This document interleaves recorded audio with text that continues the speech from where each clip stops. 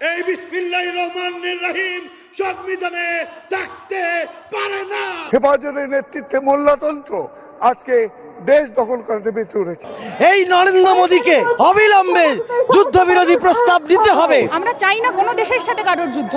ভারতীয় উপমহাদেশের ইতিহাস ঘাটলে আমরা সচরাচর যেটা দেখতে পাই সেটি হলো এই উপমহাদেশের বাম প্রগতিশীল দলগুলো একটি নীতি এবং মানদণ্ডের উপর তাদের আন্দোলন রাজনৈতিক কার্যক্রম পরিচালনা করত, যেটির অন্যতম উদাহরণ ছিল ব্রিটিশ বিরোধী আন্দোলন।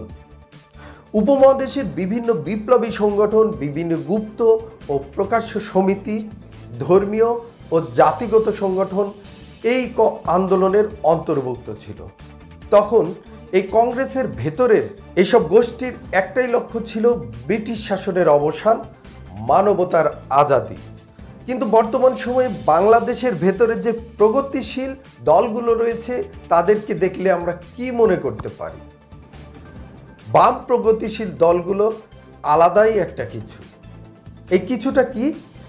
এই কিছুর মধ্যে রয়েছে ধর্মবিশ্বাসের পরিবর্তে নাস্তিক্যবাদ, বিশেষ করে ইসলাম ধর্মের বিরোধিতা, চেতনা ব্যবসার নামে দেশের জনগোষ্ঠীর একটা বড় অংশকে একঘরে করে দেওয়া, সাংস্কৃতিক আগ্রাসনের মাধ্যমে বাংলাদেশের ধর্মীয় সম্প্রীতি নষ্ট করে এক ধর্মকে অন্য ধর্মের মুখোমুখি দাঁড় করিয়ে দিয়ে সংঘাত তৈরি করা।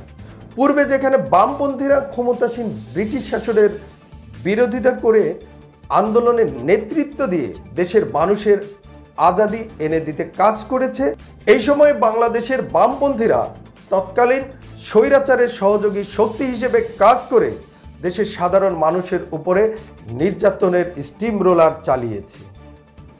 বিশেষ করে বিগত 16 বছরে ফ্যাসিস্ট সরকারের দুর্নীতির মহা উৎসবে যোগ দিয়ে বামপন্থী নেতারা নিজেদের আখের গছিয়েছেন। দেশে যারা প্র্যাকটিসিং মুসলিম রয়েছে, বিশেষ করে হকপন্থী আলেম ওলামাদেরকে ইসলামী মৌলবাদ জঙ্গি নাটক সাজিয়ে নির্বিচারে হত্যার আঞ্জাম দিয়েছে এবং এই নাটকীয় হত্যাযজ্ঞের বৈধতা দিতে তাদের মনোনীত গণমাধ্যমগুলোতে ফলাও করে সংবাদ প্রচার করেছে। শুধু তাই নয়, পশ্চিমাদের কাছে বাংলাদেশকে একটি জঙ্গি এবং তালেবান রাষ্ট্র হিসেবে পরিচয় করিয়ে দিতে সর্বদা সচেষ্ট থেকেছে তারা। চলেন দেখে নেই কিভাবে ক্ষমতায় বসে তারা ধর্মীয় সম্প্রীতি নষ্ট করেছে। এই বিসমিল্লাহির রহমানির রহিম সংবিধানে থাকতে পারে না।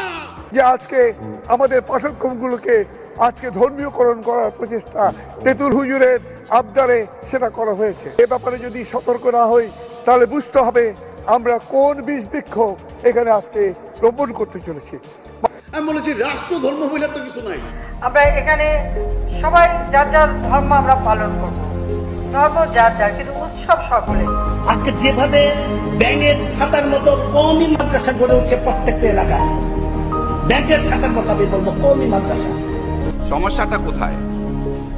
কোরআনটা নিয়ে তেমন সমস্যা নাই, কোরআনটা নিয়েও সমস্যা আছে কিন্তু তেমন নয়। সমস্যাটা চলে আসে আপনার হাদিসটা। রাশেদ খান মেনন আর টাকলা মুরাদ ক্ষমতা হাতে পেয়ে কি মনে করেছিল? সংখ্যাগরিষ্ঠ মুসলমানের দেশে কিভাবে এ ধরনের বক্তব্য দিয়ে তারা টিকেছিল? এই যখন বাংলাদেশের অবস্থা, তখন ভারতের দিকে তাকাই আমরা একবার। আমাদের প্রতিবেশী দেশ ভারত নামক দেশটি যেখানে দখলদার ইসরায়েলকে ফিলিস্তিনের উপর হত্যাযজ্ঞ চালাতে প্রত্যক্ষ ও পরোক্ষভাবে সহযোগিতা করে আসছে, সেখানে ভারতের বাম দলগুলো ফিলিস্তিনের নির্যাতিত নিপীড়িত মানুষের পক্ষে দাঁড়িয়েছে। তারা সরকারের চোখে আঙ্গুল তুলে কথা বলছে, ফিলিস্তিনিদের উপর নির্যাতন ও হত্যাযজ্ঞ বন্ধের দাবি জানিয়ে আসছে। শুধু তাই নয়, ফিলিস্তিনিদের স্বাধীনতার পক্ষে কলকাতার রাস্তায় বিক্ষোভ মিছিল করে ভারত সরকারকে বার্তা দিয়েছে। মানবতার জন্য তারা সোচ্চার হয়ে উঠেছে। ভিডিওটি সামাজিক যোগাযোগ মাধ্যমে ছড়িয়ে পড়লে বাম সংগঠনগুলোর এই অবস্থানের কঠোর সমালোচনা করেছে কট্টর হিন্দুত্ববাদীরা।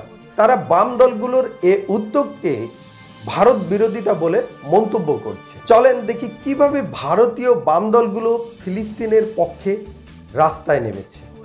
প্যালেস্তাইনের পক্ষে দেখতে পাচ্ছেন কলকাতার রাজপথে বামপন্থী দলসমূহ দেখতে পাচ্ছেন যেভাবে মার্কিন অত্যাচার চলছে।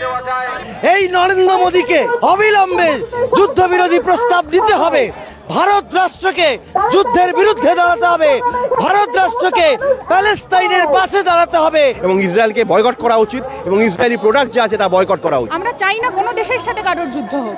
দীর্ঘদিন ধরে এই যে গাজায় এত হামলা চললো, এত শিশু মারা গেল, এত মহিলা মারা গেল, তারপরেও আমরা দেখতে পাচ্ছি যে তারা ইসরায়েলের হয়ে কথা। সাম্প্রতিক সময়ে বাংলাদেশের বাম প্রগতিশীল, সুশীল, সুনীল আর প্রদের আলো দিল্লি স্টারের অনবরত দেশবিরোধী চক্রান্ত ধর্মীয় সম্প্রীতি বিনষ্ট ও ক্ষমতাসীনদের অংশীদার হয়ে দুধের মালাই খাওয়াকে দেশের মানুষ কিভাবে দেখছে। সেই সাথে ভারতের স্বাধীন ফিলিস্তিনের পক্ষে বাম দলগুলোর যে অবস্থান সেটি কট্টর হিন্দুত্ববাদীদের অন্তরে কুঠারাঘাত করেছে, এতে কোনো সন্দেহ নেই। অতীতে যেমন দেশের বিভিন্ন বিপ্লবী সংগঠন, সমিতি, ধর্মীয় ও জাতিগত সংগঠন এক কাতারে দাঁড়িয়ে আওয়াজ তুলেছিল, বর্তমান সময়ে আবারও আওয়াজ তুলবে এবং ছদ্মবেশী বাঙ্গু প্রগতিশীলদের চেতনা ব্যবসা বন্ধ করবে। শুধু বন্ধই নয়, এদের ব্যবসায় লাল বাতি জ্বালাবে বলে আমাদের বিশ্বাস। ইনকিলাব জিন্দাবাদ।